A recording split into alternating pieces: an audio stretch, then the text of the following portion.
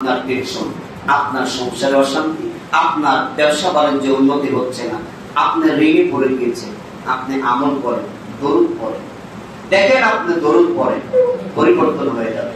দেখবেন আপনার কোনো বিপদে পড়েছে, নবীর উপরে দরুদ পড়েন, কারণ নবীর উপরে যে ব্যক্তি দরুদ পড়ে তার উপরে আল্লাহ তাআলা রহমত দেয় কয়টা?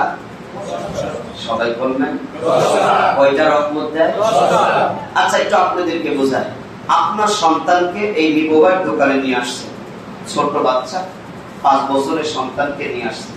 নিয়ে আসার পরে এবার এই গ্রামের একজন যুবক আপনাকে চাচা বলে খুব ভালোবাসে। এবার আপনার সন্তানকে দেখে ওই যুবকটা একটা পটেটোর চিপস 10 টাকা দিয়ে আপনার সন্তানের হাতে দিল। বলেন, আপনি ওই যুবকটাকে ভালোবাসবেন না? কেন ভালোবাসবেন বলুন তো? সে আমার কলিজার টুকরা সন্তানকে। বাংলা বাজার গেছেন, আপনার ছেলে, ছোট ছেলেকে দেখে ভালো লেগে একজন ব্যক্তি, ওই দোকানদারি আপনাকে এরকম একটা জুস দিল, ছেলের হাতে দিল, আপনার হাতে দেয়নি। কার হাতে দিয়েছে? এই ছেলের হাতে যে জুসটা কিংবা এটা দেওয়ার কারণে আপনার প্রতি একটুকে মায়া হবে না? সবাই বলেন, হবে কিনা? দয়া হবে না? ভালোবাসা জন্মেবে না? কারণ আমার কলিজার টুকরা সন্তানকে এই ভালোবাসে, সুতরাং ওকেও আমি সেম। যিনি আসমান আর জমিনের মালিক আল্লাহ, আল্লাহ ডাক দিয়ে বলে, তোমরা আমার নবীকে যদি ভালোবাসো, আমি আমার বন্ধুকে যদি ভালোবাসো, যেমন ছোট্ট বাচ্চাকে তোমার কলিজার টুকরা সন্তানকে কেউ ভালোবাসতে, তুমি তারে ভালোবাসো।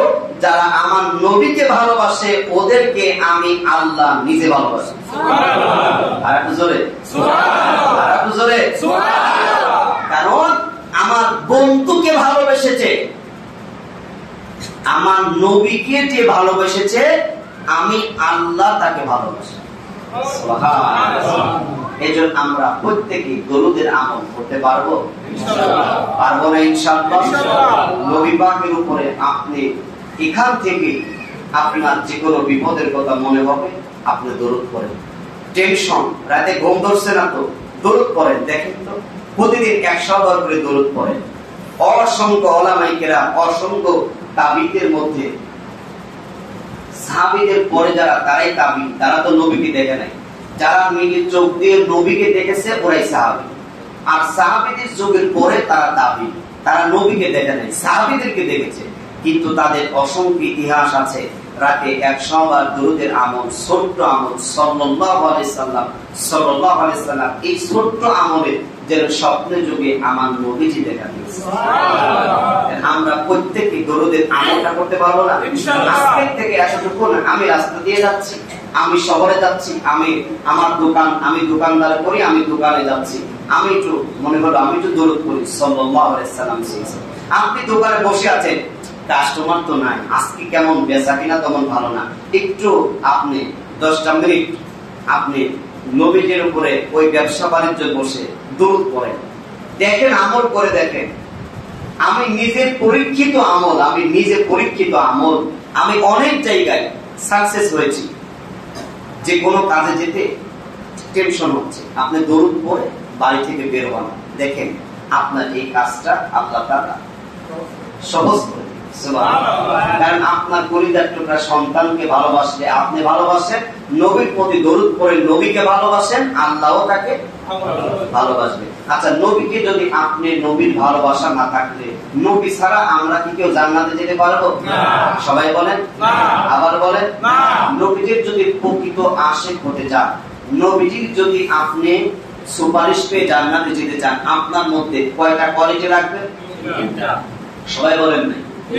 আর মুখস্থ করে, এই 3টা কোয়ালিটি আপনার মধ্যে যদি না থাকে, আপনি নবীজির প্রকৃত আশিক নন, আপনি ধোঁকাবাজ।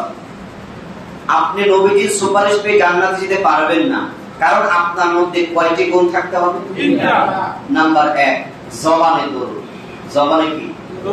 একজন ব্যক্তি কাছে নবীকে আমি ভালোবাসি, ইয়া নবী সালামু আলাইকা, 1 মাস চলে যায় নবীজির প্রতি আর দরুদ পড়ে না, ওই দ্বারা থেকে শুধু সালামই দেয়, ওটা কিন্তু নবীজির আশিক হলো না।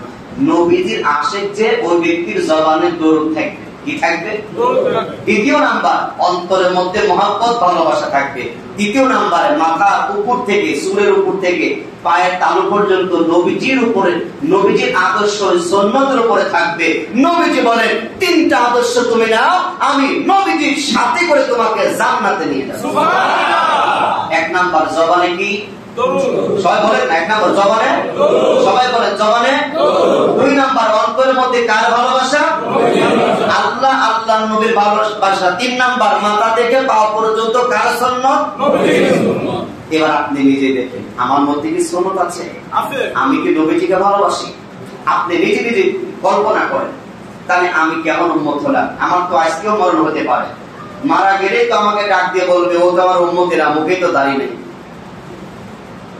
আমি নবীর গলায় ছুরি দেয় গো? আমি নবীর তো উম্মত না।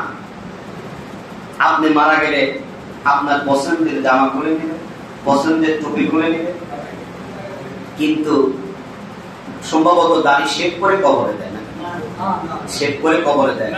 একটা জিনিস, দুনিয়াতে আমল করেন, কবরে নিয়ে যান, দেখেন একটা সুন্নতের বিনয় নবীজি আপনি নবীজির আশিক হিসাবে। আল্লাহ তাআলা আমাদের প্রত্যেককে কবুল করবে। সকলে বলি আল্লাহ। যারা